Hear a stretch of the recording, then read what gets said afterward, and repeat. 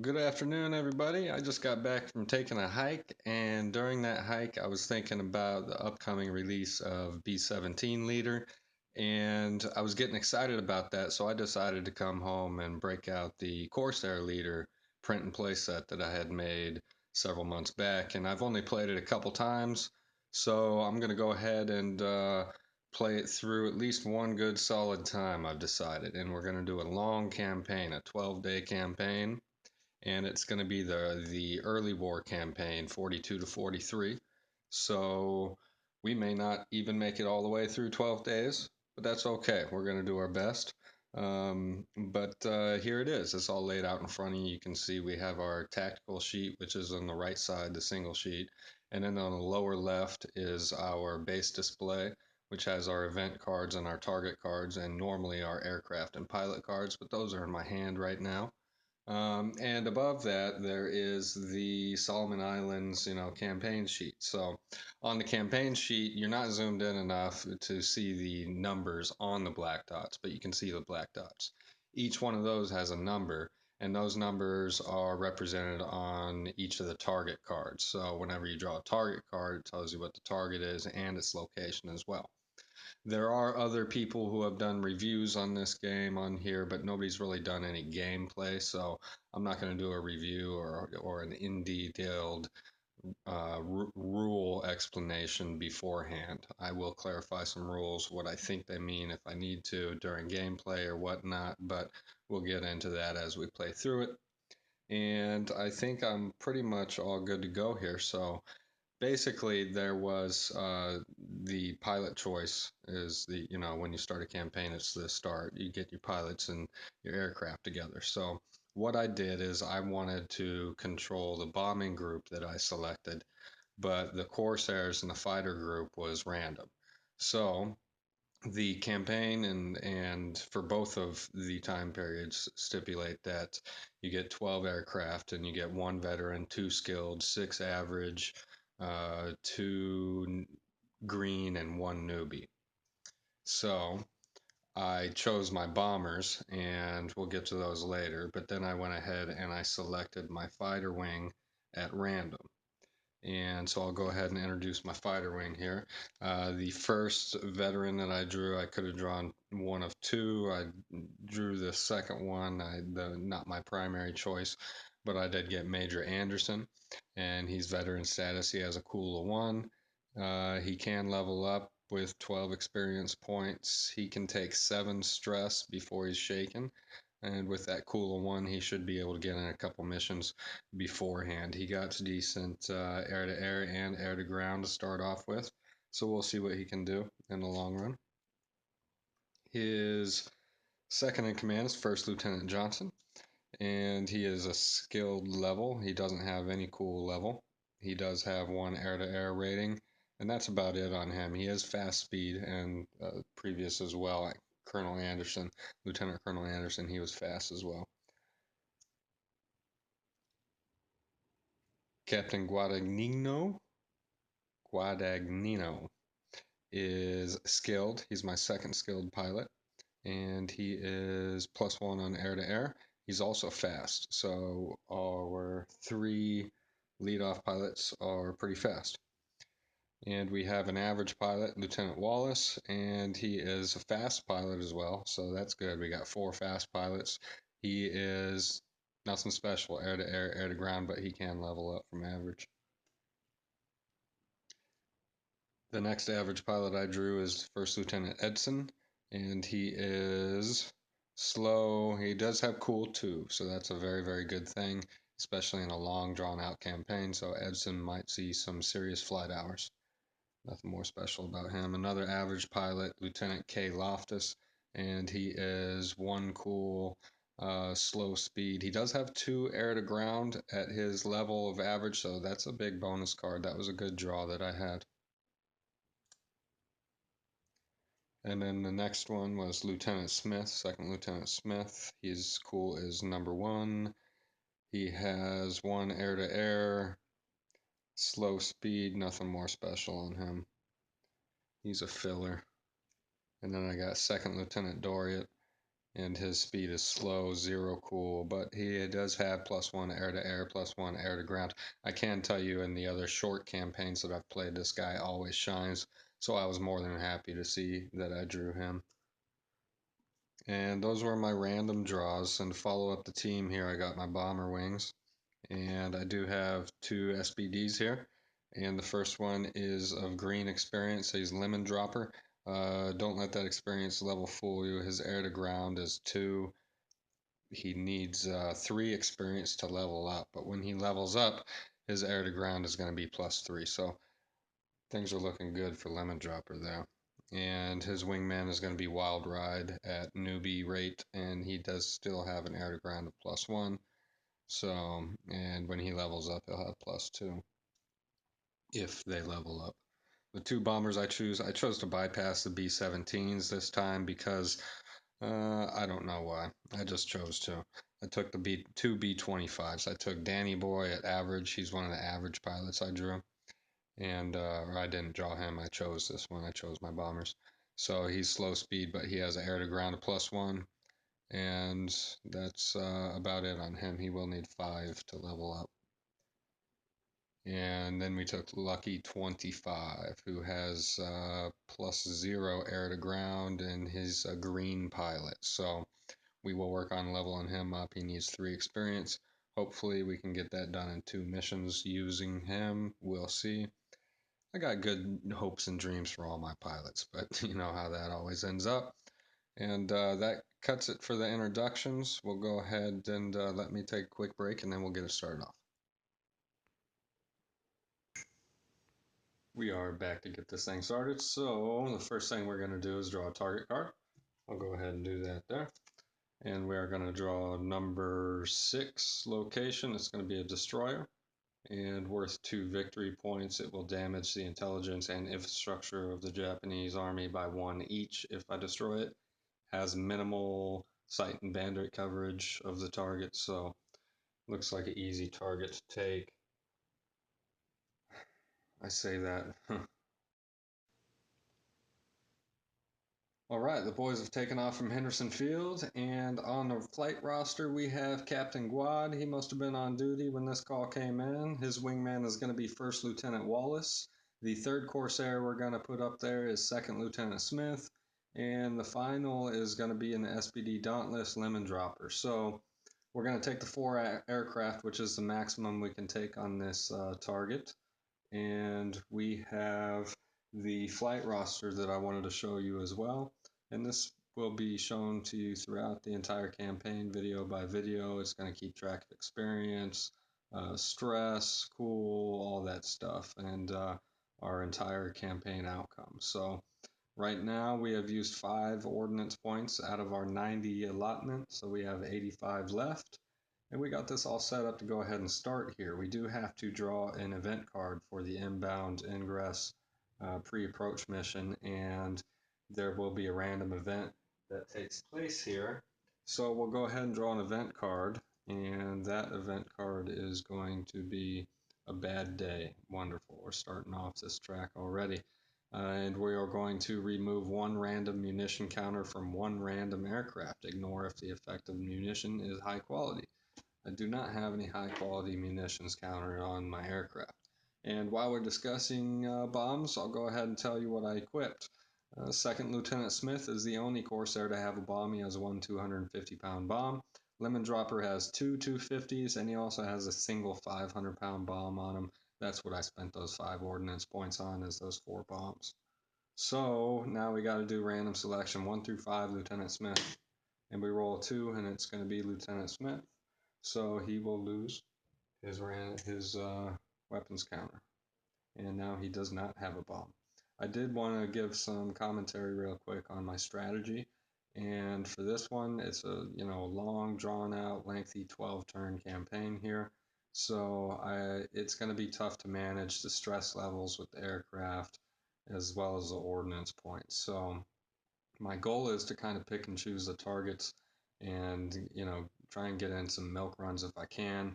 If I have to abort missions altogether, that's what I'm going to do. So I am going to try and average out the victory points. We need 28 or more for a great victory or decisive victory. And that's my, my overall goal is to get a decisive victory here. So 28 or more is needed, and I got 12 turns to do it on. That is, it's good enough for me to take a try. So that's what we're going to do. And let's get this started. So I can go ahead and deploy now, and I will go ahead and deploy everybody in the approach area. Let's just say I got the jump on them because they have no bandits down in the pre-approach area. So I can skip right past that. And now we're going to go ahead and do site selection, site and bandit selection. But first we need to draw an event card to determine site modification. We drew carrier support. Draw one less bandit counter for the target area during the determine bandit's present step. So we will draw one less in the target area.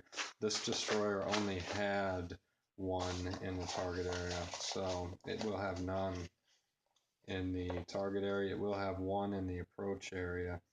And I drew an A6M20, which is one of the easier zeros. Looks like a rookie pilot in there to handle.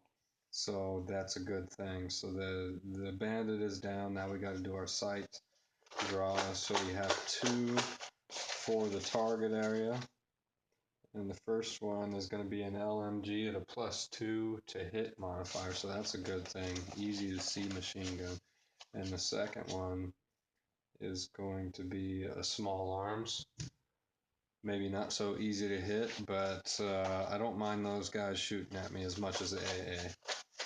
And now we'll go ahead and have to draw one for the approach area. And we drew another heavy machine gun. That one has a little bit of camouflage on it, and it can shoot better too. So that's more dangerous than the LMG up top there. Not by much. So, overall the ground stuff isn't too big of a threat. That 0, I'm going to try and bring that down in flames real fast before it can even blink, and then we're going to be over the target area before we know it. Hopefully, that's the plan at least. And now that all that stuff is all out of the way here, I believe we can go ahead and start the mission. And first thing we're going to do is advance the turn counter there to turn 1. And this mission is off and rolling. It's going to be the fast pilots action phase, and I do have 2 of them. I got Captain Guad and I got First Lieutenant Wallace in there. And let's see, Captain Guad is going to be a hot shot today, and he's going to, I usually have him in the center. I wasn't paying attention when I was placing him. He's going to strike at that 0 with a +2. So air to air on his guns as a 6+ to hit. He does have a +1 modifier at his skilled experience level, and so that's a 5+ the offense. So here we go, 3 or more. And we roll a 5, so he's going to be killed. Go ahead and remove him really quick. And that's 1 kill for the Guad. And so next we're going to move to Wallace. And Wallace is going to also go into offense, and he's going to try and strafe that machine gun there. So he's going to get a 6 to hit, and he has no air to ground modifier here. So the +2 on the offense, or excuse me, he has he needs a 10 or more to hit. That gun has a +1 modifier, so that's a 9 or more to hit with guns to the ground. And then he has the +2, so it's 7 or more to hit that gun. And we roll a 5, so he's not going to hit that gun. The next is going to be, do I want to take that with Lemon Dropper? No, let's try and take a shot with Lieutenant Smith. Lieutenant Smith's going to stay at regular. He's not going to switch over into, oh, it's Lieutenant Smith is a slow pilot. My bad. They're going to attack with that HMG, and that HMG is going to do target selection. So we'll do 1, 2, 3, 4, 5, 6, 7, 8. Everything else reroll. that's going to be Smith up there on top. So they are, see, I chose right, didn't I? But he was a slow pilot anyway. So that machine gun's going to attack, and Lemon Dropper is going to attempt suppression with his guns. He can't, he must choose ordnance, I think. Bombers can't suppress. Smith is going to attempt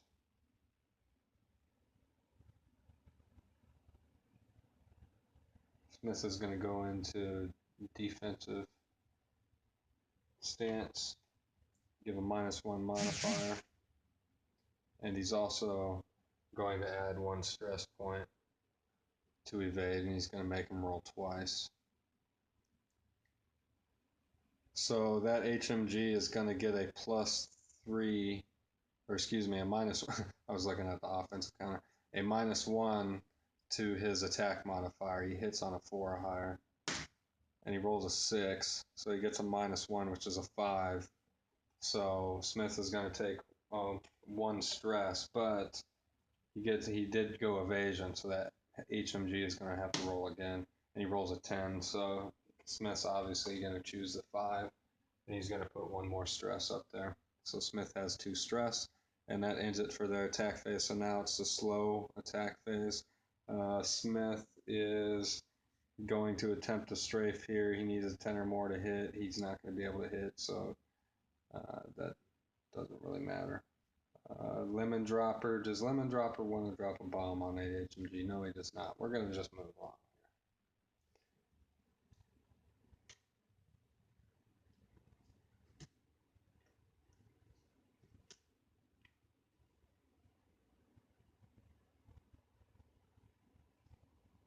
So now we are in the target area, and it is going to go ahead and advance to turn 2.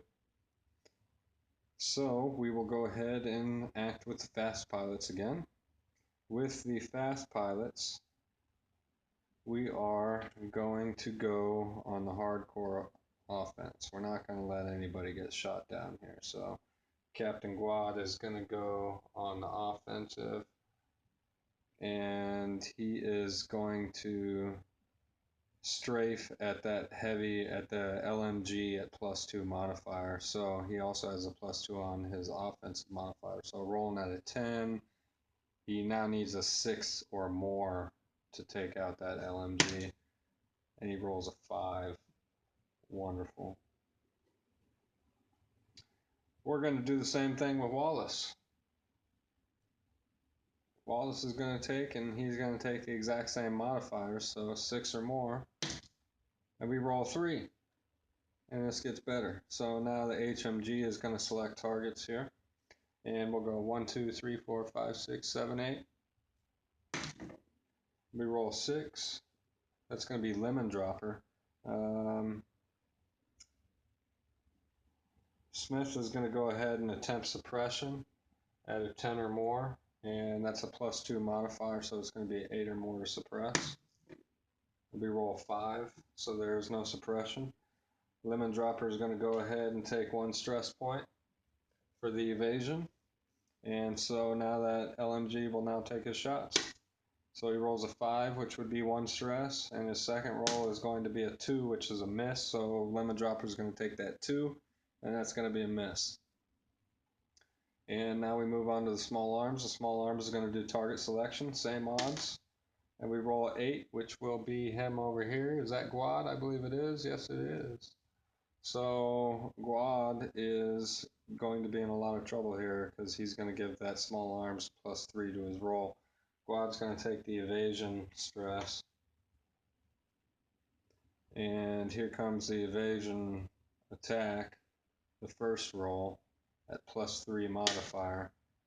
And that's going to equal 8, which would be 1 stress, or a 1, which would be a miss at a 4, because that small arms needs at least a 6 to hit. So the Guad got real lucky this time.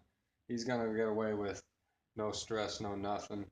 And now we're going to go on and move to the slow pilot attack. and first we're going to go ahead and deal with Smith here. Smith's going to try and strafe the LMG, and he has a 0 air to ground with a +2 modifier on that LMG, so he's going to need an 8 or more, and he gets a 10. So we finally did some good. So Smith with a good shot here. And now we are going to unleash Lemon Dropper right onto that destroyer. So Lemon Dropper is going to switch over to offensive tactics. And he's going to take some shots here. So he does have 3 bombs. He has two 250-pound bombs, and he has 1 500-pound bomb. We'll resolve the 2 smaller bombs first. Those hit, they cause 1 damage and 1 damage only on an 8 or more. And Lemon Dropper has, let's see, a +2 air to ground, and he's in offensive tactics, so there's another +2. So he's going to be striking at a +4. And it needs an 8 or more to hit. So he's going to hit on these with 4 or more. 4 or more is going to hit. So we'll roll for the first 250 pounds. And we roll 5. So there's 1 hit. 1 more is going to sink that destroyer. Second 250 is going to be a 7. And that's going to sink it. We did declare that we were dropping the 500 pound. We'll go ahead and roll for that. It's going to be 1 hit on a 2. Or excuse me, yeah, 1 hit on a 2 and 2 hits on a 6 or more. We roll a 10, so that absolutely obliterated that destroyer. And we'll go ahead and flip that for the time being.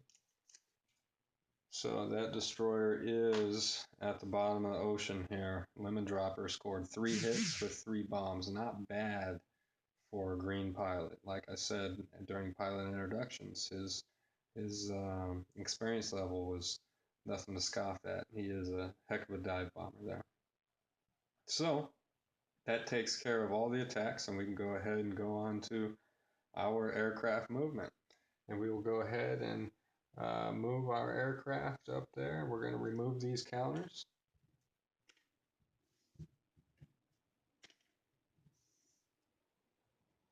So those counters have now been removed. Put those bombs back in there. And next we're going to go ahead and proceed and just auto skip through all these steps real quick. There's nothing left to do for the enemy. There's nothing left to do for us. So we're going to proceed straight to the next. During the 3rd turn, the aircraft movement stage here, and we're just going to proceed off the withdrawal area and return back to Henderson Field. As we do so, we must draw a 3rd and final event card for the return home. And let's find out what's going to happen. We're going to get some ground fire here and conduct 5 sight attacks against random aircraft. No effects.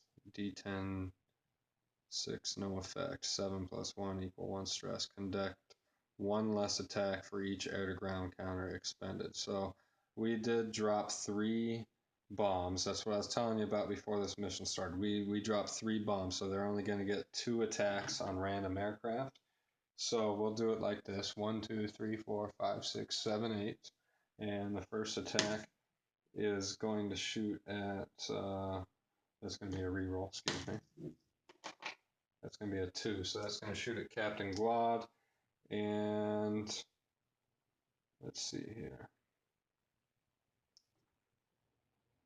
Anything less than an 8. All right, so that's 1 stress.